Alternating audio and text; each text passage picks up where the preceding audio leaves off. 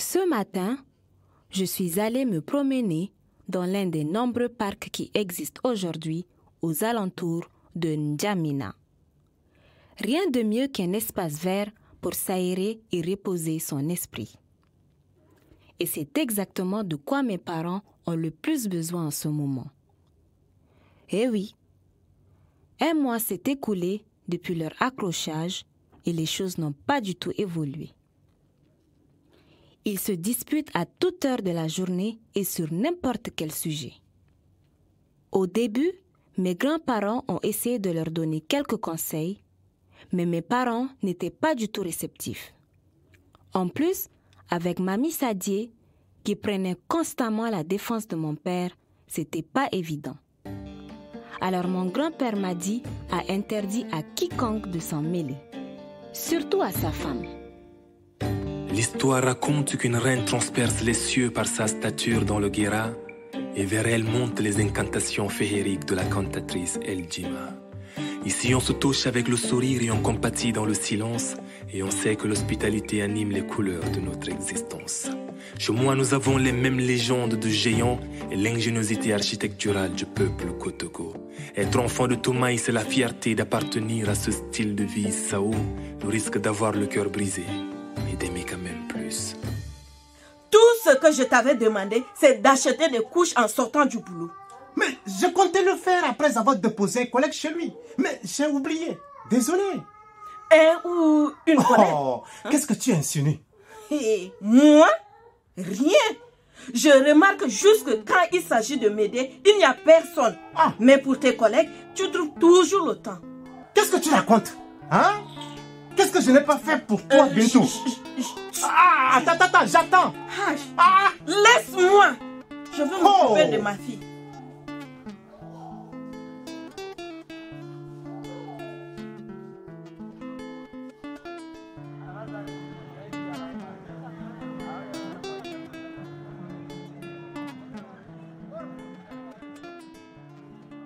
Professionnalisme oblige. Ma mère a mis les soucis de la maison de côté pour se concentrer sur son travail. Et elle fait bien, parce qu'une patiente, son petit enfant à bout de bras, vient de faire irruption au centre de santé. La mère de l'enfant est totalement paniquée et se laisse tomber au sol. En larmes, tremblante, elle implore les soignants présents de sauver son fils, le seul qu'elle a, enfin pour l'instant, car elle est enceinte. Docteur Rita se dirige vers elle et lui prend l'enfant des mains en la rassurant.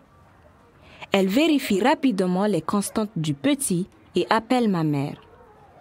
En salle de consultation, Docteur Rita demande à ma mère d'effectuer un test rapide car elle pense que le petit garçon d'à peine 3 ans souffre d'une légère anémie due au palu. Ma mère reconnaît cette femme. C'est elle à qui la SEM avait froidement refusé de vendre un ticket il y a 1 mois de cela. Elle se présente, elle s'appelle Fatimé. Elle a l'air méfiante.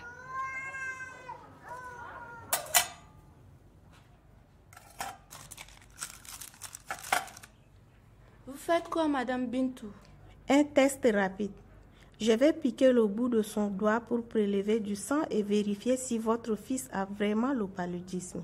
On est obligé de faire ça pour être sûr. Et si c'est le cas, on commence le traitement. Vous comprenez? Oui. Tenez-le bien, que je le pique, s'il vous plaît. Ah, mon enfant, pardon. Ça ne va pas te faire mal. Allez, c'est fini maintenant. C'est bon. Oh, c'est fini. Je devrais venir avant. C'est de ma faute. Vous avez fait le bon choix en nous l'amenant, Fatimé. On s'occupe de lui. Vous aimeriez que j'appelle quelqu'un pour vous épauler? Votre mari peut-être. Ah, non, Madame Bintou. J'ai amené le petit sans lui dire. Il ne faut pas lui dire, s'il vous plaît. Ma mère remarque la détresse de Fatimé à l'évocation de son mari, mais n'insiste pas parce que le temps presse. Elle pique aussi Fatimé au doigt pour s'assurer qu'elle n'a pas le palu. Pendant ce temps, Eric administre un médicament au petit garçon de Fatimé pour faire baisser la fièvre. Et ma mère, qui a ses échantillons de sang, se dépêche d'aller en salle d'analyse pour effectuer le test. Madame Rita. On a les résultats du test. Fatimé, vous n'avez pas le palu, mais votre fils là, on va le garder quelques heures. On ne peut pas rester. Il faut qu'on rentre avant mon mari. S'il ne nous trouve pas à la maison, il va nous tuer. Je peux lui parler. Non, non. Et de toutes les façons, on n'a pas l'argent des médicaments. Ne vous en faites pas pour ça. Les médicaments pour le paludisme sont gratuits dans tous les centres de santé. C'est seulement pour quelques heures, Fatimé. Ensuite, vous pourrez rentrer. Mais il faudrait revenir pour la suite de son traitement. Et je vais voir avec les sages-femmes pour qu'on vous donne une moustiquaire. D'accord? Ma mère, debout à côté de Dr Rita, écoute attentivement leur échange sans réagir. Fatimé tremble à chaque fois qu'on évoque son mari. Elle a visiblement peur de lui. Ce n'est pas la définition que ma mère a d'un couple heureux. Elle réalise la chance qu'elle a d'avoir mon père comme époux. Eh oui, mon père, lui, aurait tout fait pour qu'on m'apporte les meilleurs soins. Et il aurait été à ses côtés pour qu'ils traversent cette épreuve ensemble. Ma mère commence à regretter leurs nombreuses disputes et en particulier la scène qu'elle lui a faite ce matin. Il faut qu'elle lui fasse confiance. C'est décidé. Elle va se réconcilier avec lui en rentrant ce soir. Dr Rita la ramène soudainement à la réalité en lui demandant de lui apporter des médicaments pour le petit.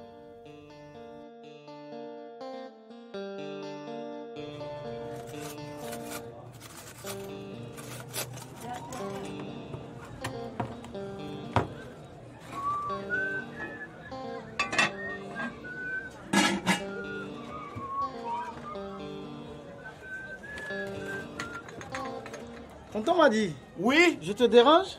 Ben mais pas du tout, Roland. Je veux partir plus tôt ce soir, tonton. Ben mais pourquoi? Tu dois te rendre à l'hôpital? Non, tonton. Les jeunes du quartier m'ont invité à jouer au foot.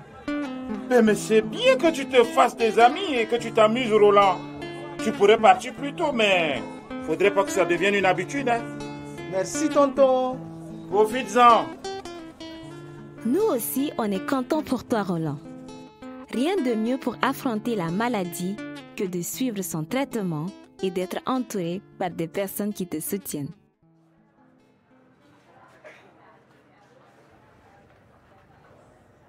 Ne vous inquiétez pas, Fatimé. Si vous suiviez bien le traitement, l'état de votre fils va s'améliorer. Merci. Vous pouvez répondre. Merci. Désolée. Allô, maman Sadie? C'est une urgence?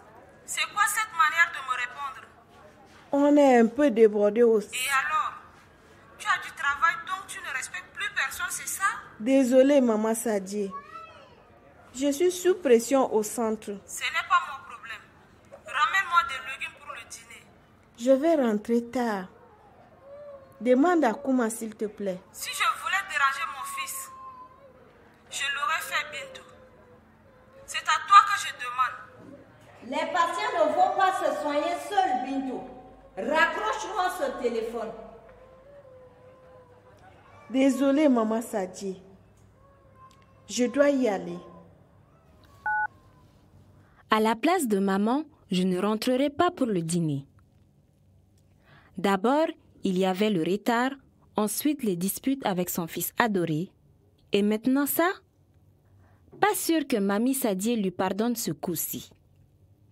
Ma mère, sans se rendre compte, est en train de donner raison à ma grand-mère qui pense fortement qu'elle est incapable de gérer son foyer et de travailler en même temps. Il ne reste plus qu'à ma mère de lui prouver le contraire. Mais ça, c'est plus facile à dire qu'à faire.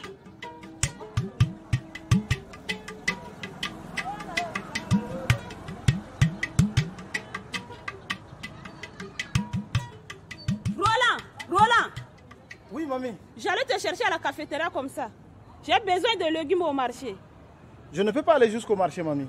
Je dois rejoindre mes amis pour une partie de foot. Et donc, maintenant tu es devenu le plus populaire du quartier. Je ne peux plus compter sur toi. Exactement comme l'autre là. C'est ça? Non, mamie. Et c'est qui l'autre? Bon, pardon. Je vais y aller. Tu as besoin de quoi exactement? Non, c'est bon. Va à ton mat.